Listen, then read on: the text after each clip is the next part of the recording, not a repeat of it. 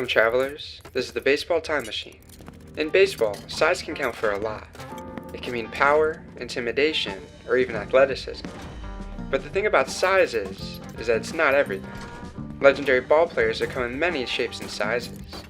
Jose Altuve is a prime example of that in the present day, but he's not the first undersized second baseman to raise eyebrows. Joe Morgan debuted in 1963, and standing at 5'7", weighing a mere 160 pounds, he would spend the next 20 years proving how size doesn't matter. How so? Let's step into the portal and find out. Our story begins in Oakland, California. Scouts made the trip out to Castlemont High, not to watch young Joe Morgan, but to watch Rudy May. At only 5'7" and 140 pounds at the time, scouts thought Joe was a good little player, but nothing worth signing. The scouts liked what they saw from May, who would go on to sign with the Minnesota Twins and have a nice 16-year MLB career. The path wasn't so easy for Morgan. He wasn't offered a baseball scholarship of any kind, but still managed to grab the attention of big league ball clubs.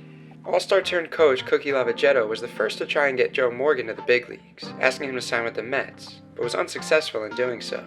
The defending champion Bronx Bombers were reportedly interested at one point, but nothing came of it. Finally, the Houston Colt 45 scooped up the 19-year-old Morgan, signing him for $500 a month with a $3K bonus. Despite being overlooked, little Joe had found himself one step closer to the big leagues. Unfortunately, there would be more adversity for him to face. He was sent to Single-A Durham, in the heart of North Carolina. The only black player on the team, he was exposed to his first taste of racism. In his first game with the Bulls, Morgan could hear the hateful words in the crowd from where he was sitting, but quickly drowned out the hate with cheers, as he slugged a clutch pinch-hit home run. When visiting a city like Winston-Salem, Joe couldn't stay in the same hotel as his teammates, and had to use segregated water fountains and bathrooms. The breaking point came at their ballpark, where the right field stands are fenced off, almost resembling a cage for the black fans forced into that section. Morgan decided to quit, but was encouraged to stay by manager Billy Goodman.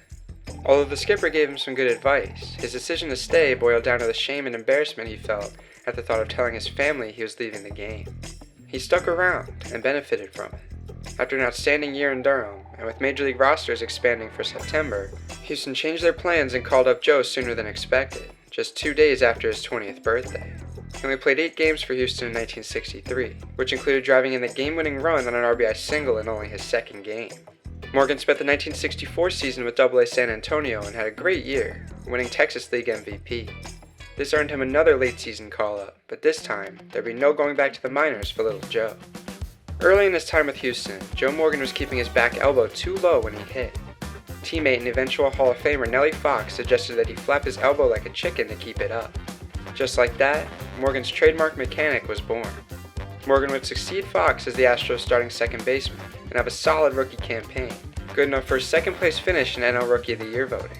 Stack his stats against LA's Jim Lefebvre, and there's a serious case that the 1965 NL Rookie of the Year award should have been Joe's first taste of Major League hardware. From 1965 to 1971, Morgan was Houston's everyday second baseman, outside of 1968 when a torn MCL in his left knee limited him to only 10 games. He made the All-Star team in 1966 and 1970, and ranked among the league's best in stolen bases, walks, and on-base percentage in his 6 full seasons with Houston. Still new to the league, the Astros failed to finish above 500 in all of Morgan's years there. Joe loved it in Houston, and intended to spend his entire career there if possible. Sadly, it wasn't meant to be, as relations struck a rift with the arrival of Harry the Hat Walker. Walker had managed the Astros for a few years to this point, but the two reached a breaking point in 1971. With Morgan believing Walker to be a racist, and Walker claiming that Morgan was selfish, moody, and a troublemaker, Joe was placed on the trade block following the 71 season.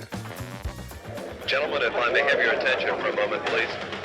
I'm Roger Rule, the Cincinnati Reds publicity director, and I have a news release to announce to you.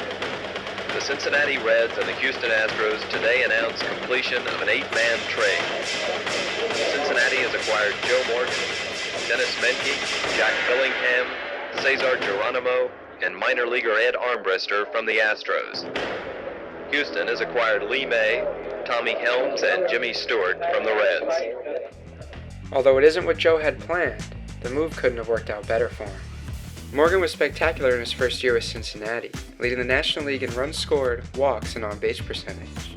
Reds fans weren't very fond of the trade at first, as fan favorites Tommy Helms and Lee May were shipped off to Houston, but Joe's elite play eventually won them over. Cincy manager Sparky Anderson was key in making Morgan feel comfortable, putting his locker next to leader Pete Rose, and assuring him that this was the fresh start he deserved. Anderson always had great praise for his new second baseman, at one point calling him the smartest player he ever coached.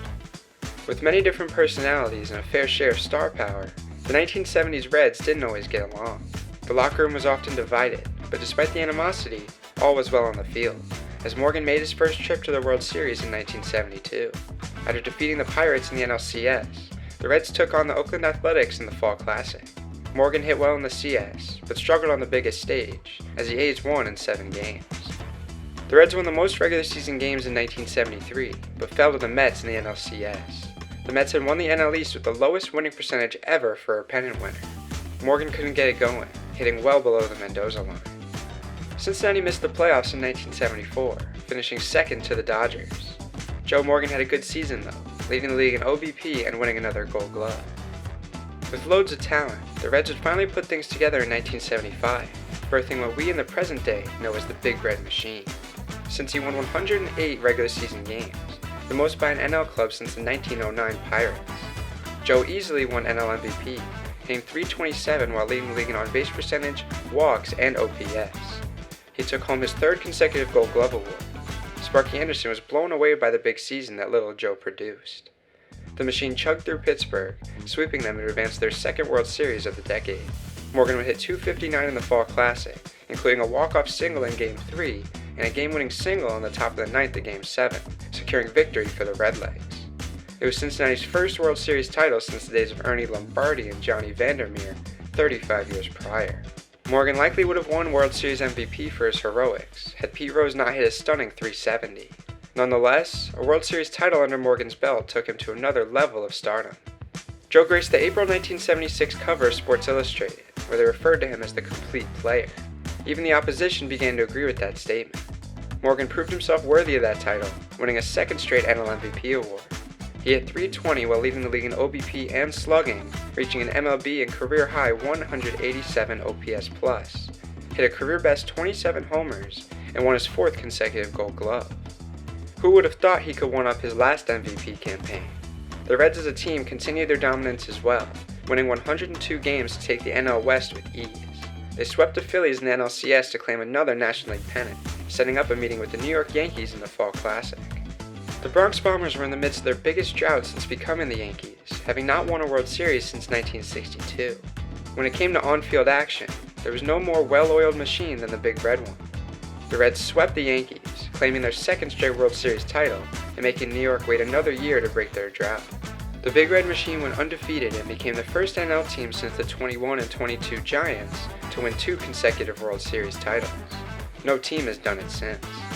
They also joined the 22 Giants and 63 Dodgers as the only teams to sweep the Yankees on the game's biggest and brightest stage. There are few teams in baseball history with more star power. Unfortunately, all good things must come to an end. The Big Red Machine started selling off parts, starting with All-Star first baseman Tony Perez. He was traded after the '76 season, being a slow disintegration of the defending champs. 1977 was a solid campaign for Joe Morgan, but considered a down year after 2 MVP seasons. The Reds finished 2nd in the NL West to LA, and would do the same in 1978. Morgan only hit .236, with his other numbers down as well. However, he hit his 200th career homer on August 27, becoming the first player in MLB history to hit 200 home runs and steal 500 bases in a career.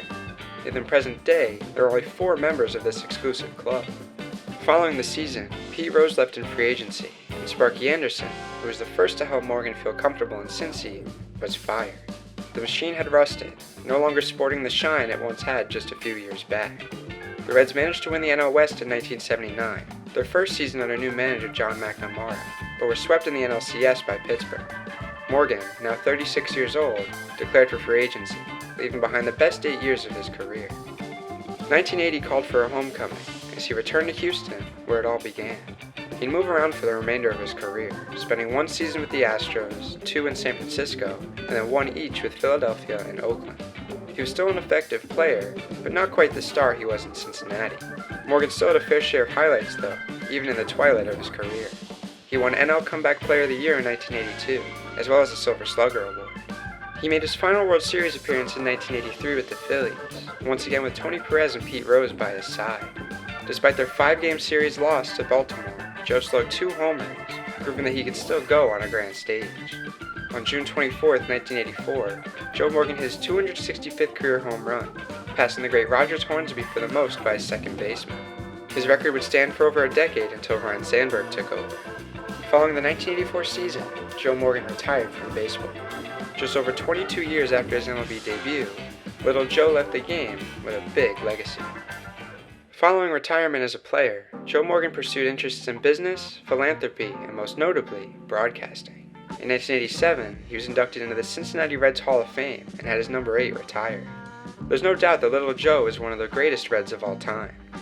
He returned to the forefront of baseball news again in 1990, as in his first year on the ballot, Joe Morgan was inducted into the National Baseball Hall of Fame.